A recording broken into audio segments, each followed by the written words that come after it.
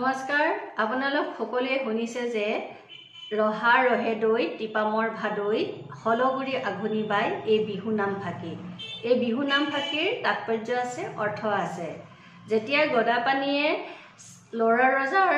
চাউদাঙৰ চকুত ধৰা নপৰিবৰ কাৰণে অলঙে দলঙে আত্মগোপন কৰি ঘূৰি ফুৰিছিল তেতিয়া এই তিনিগৰাকীয়ে ৰহে দৈ ভাদৈ আৰু আঘুনি বাই গদাপানীক আশ্ৰয় দিছিল আত্মগোপন কৰিবলৈ সহায় কৰিছিল প্ৰথম অৱস্থাত গদাপানীয়ে নগাপাহাৰৰ ফালে আত্মগোপন কৰিছিল বহুদিন তেনেদৰে যতে ততে ঘূৰি ফুৰি আহি এদিন গুৱাহাটীত উপস্থিত হৈছিল সি কাৰণ গুৱাহাটীত বৰফুকন হৈ আছিল গদাপানীৰ ভিনীয়েক বন্দৰ বৰফুকনক লগ কৰি গদাপানীয়ে ৰহাৰ ফালে যায় আৰু ৰহে দৈ ঘৰত কিছুদিন আত্মগোপন কৰে তাৰ পিছত তেওঁ টিপামৰ ফালে যায় টিপামতো গৈ ভাদৈ ঘৰত কিছুদিন আত্মগোপন কৰে তাৰ পিছত হলগুৰিলৈ আহি আঘুনি বাই ঘৰতো কিছুদিন আত্মগোপন কৰে আৰু এইখিনি তেওঁলোক তিনিগৰাকীয়ে গদাপানীক সহায় কৰিছিল সেই কথাটো গদাপানীয়ে পাহৰি যোৱা নাছিল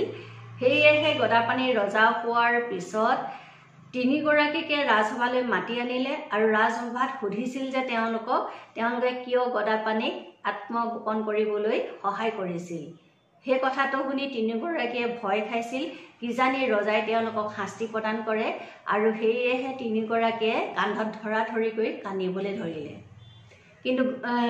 গদাপানীয়ে ক'লে যে তেওঁলোকক শাস্তি প্ৰদান নকৰে তেওঁলোকক উপহাৰহে প্ৰদান কৰিব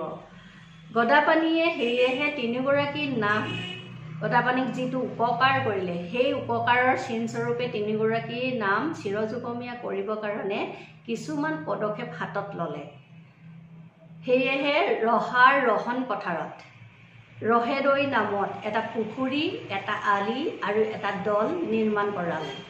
দলটোৰ বৰ্তমান পাবলৈ নাই যদিও পুখুৰীটো আছে পুখুৰীটো মাটিকালি 18 পুৰা 2 বিঘা 3 কঠা 18 লেচা আনহাতে আঘুনিক লেঙেৰিত 8-9 পুৰা মাটি দি চাৰিওফালে গড় বন্ধাই আঘুনি বাৰী পাতি দিলে আকৌ টিপামত ভাদৈ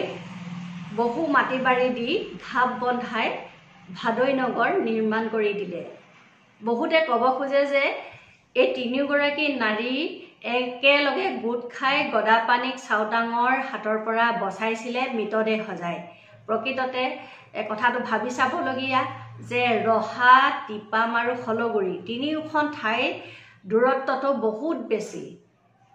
খোজকাঢ়ি যাবলৈ হ'লেও কেইবাদিনো লাগিব আৰু তিনিগৰাকী একে ঠাইতে লগ হোৱাটো সম্ভৱো নহয়